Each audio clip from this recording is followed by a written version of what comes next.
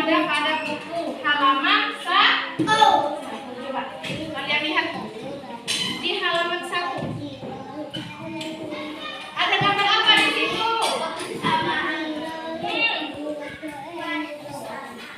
Kebersamaan apa aja gambar? Ada berapa gambar di situ? Ada 4. Yang pertama gambar apa?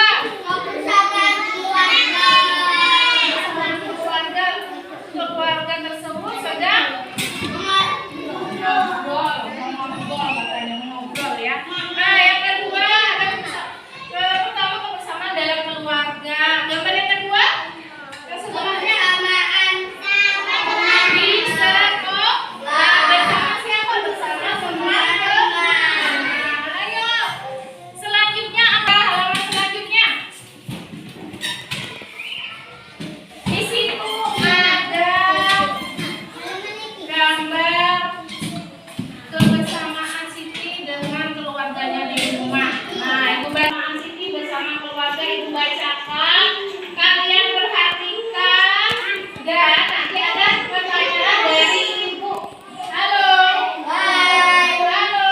Hai. Kamu konsentrasi.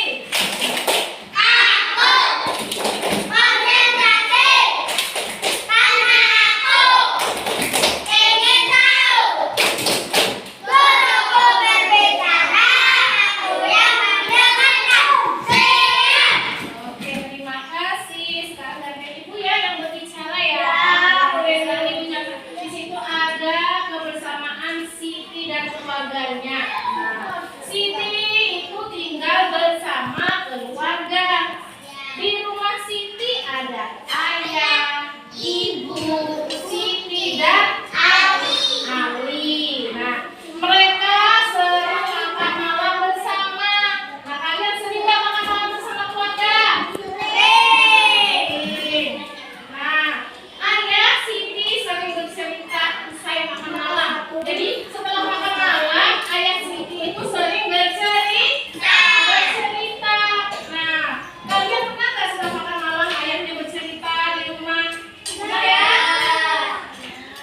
Nah, Siti dan Ali menyukai cerita binatang. Tahu nggak cerita binatang? Tahu. Cerita binatang itu sering juga disebut sebagai cerita fabel. Ingat apa? Cerita apa? Cerita binatang namanya? Fabel. Nah, fabel itu cerita binatang. Siti anak yang rajin di sekolahnya. Halo. Halo. Ini Tony. Halo. Oke. Di sekolah Siti dan teman-temannya hidup rukun. Beberapa kegiatan di sekolah dikerjakan Siti secara bersama-sama dengan temannya. Siti sering bermain dengan teman. Mereka saling menghormati. Ingat ya cerita yang sudah ibu bacakan tadi? Nah, sekarang ibu tanya. Di rumah Siti mereka saling kerjasama. Nah, kita kerjasama di rumah. Pernah kerjasama yang apa nih Pak di rumah? Bersih-bersih. Oke, kerjasama dalam membersihkan rumah. Ayo siapa lagi yang biasanya kerjasama di rumah? Nyapu ya, sama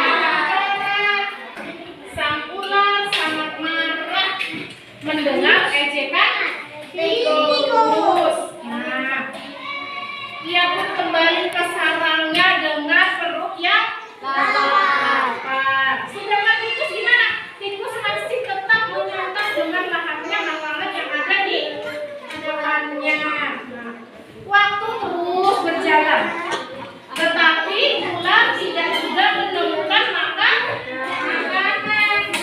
Nah, ia juga tidak mau keluar dari sarangnya lagi karena dia sedang marah dengan tikus. Sementara itu tikus sudah gelap dalam sarangnya, sudah gelap karena dia kekenyangan.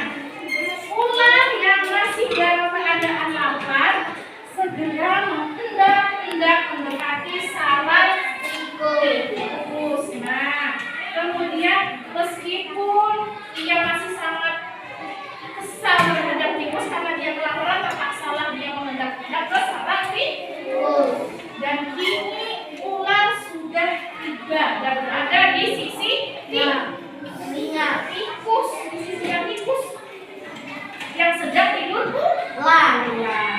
Kata ular, "Hei tikus, aku sudah berada di sebelahmu dan siap untuk menyantapmu." Tikus segera terbangun dari tidurnya. Sambil pura-pura menguap, ia pun mulai memutar otaknya, memutar supaya apa? Supaya dia bisa lolos dari serangan ular. Kata tikus gini, dia sudah mendapatkan ide, dia sudah mendapatkan memutar otaknya tadi ya. Kata tikus, "Tunggu dulu ular sahabatku," katanya. "Kalau kau ingin memakanku, kau harus berpikir dulu." Harus berpikir sih ularnya. "Kita ini hanya berdua di sini," kata tikus. "Tidak ada hewan lain. Jika kau memakanku, maka kau akan hidup sendiri di bawah." Itu dia mencoba merenungkan nasihat tikus ular tadi. Ya, ular tadi merenungkan, memikirkan nasihat-nasihat tikus. Benar juga kata ular, kalau aku memakan tikus, aku tidak punya teman dan katanya. Nah, ular tadi menjawab tikus, "Jadi kita tidak bisa hidup sendiri," kata si ular. Tikus menjawab, "Tentu. Bagaimana bisa kalian kita ini bisa hidup sendiri? Kita kan pasti membutuhkan pertolongan orang. Nah, kalau di sini kan kita cuma berdua. Kalau kau memakanku," kata si tikus, "kau pasti akan hidup sendiri. Bukankah kita bisa berteman? Dan tentunya kita dapat mencari makan bersama," kata tikus. Maka akhirnya ular mengerti bahwa kita tidak bisa hidup sendiri. Kita pasti membutuhkan orang lain. Ular berkata, "Baiklah kalau begitu, maafkan aku ya tikus ya, karena aku sudah ingin memakanmu," katanya. Nah, tikus gimana tikus? Jawaban tikus. Tikus pun akhirnya memaafkan ular. Dan cari makan bersama-sama. Ayo,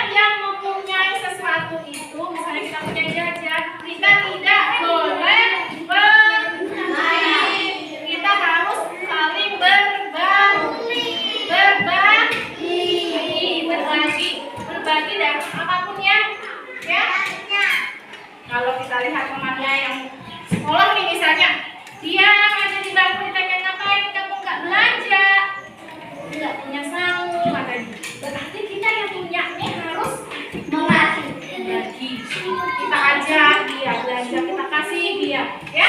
Jangan malah didiamin aja, diledekin, nggak punya sangu, katanya. Tidak boleh. Nah, jadi apa nih? Dari cerita tadi yang bisa kita ambil pelajarannya, kita sebagai manusia harus baik, bersama teman, tetangga, semuanya. Kedua apa?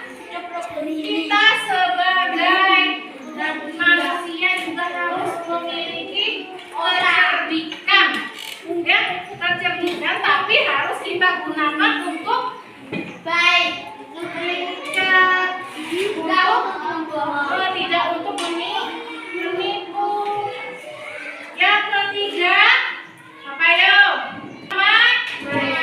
Perdamaian. Tidak boleh saling bertengkar. Nah, sekarang coba perhatikan. Ibu kasih pertanyaan, kalian kerjakan bersama teman satu kelompok ya.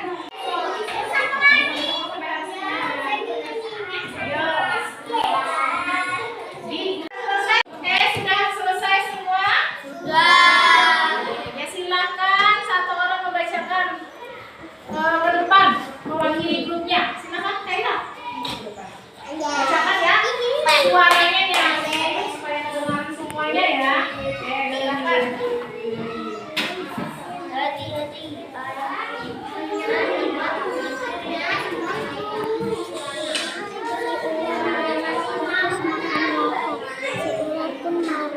Melihat tikus makan lahap. Si ular ingin melihat tikus. Tikus pun memikir otaknya.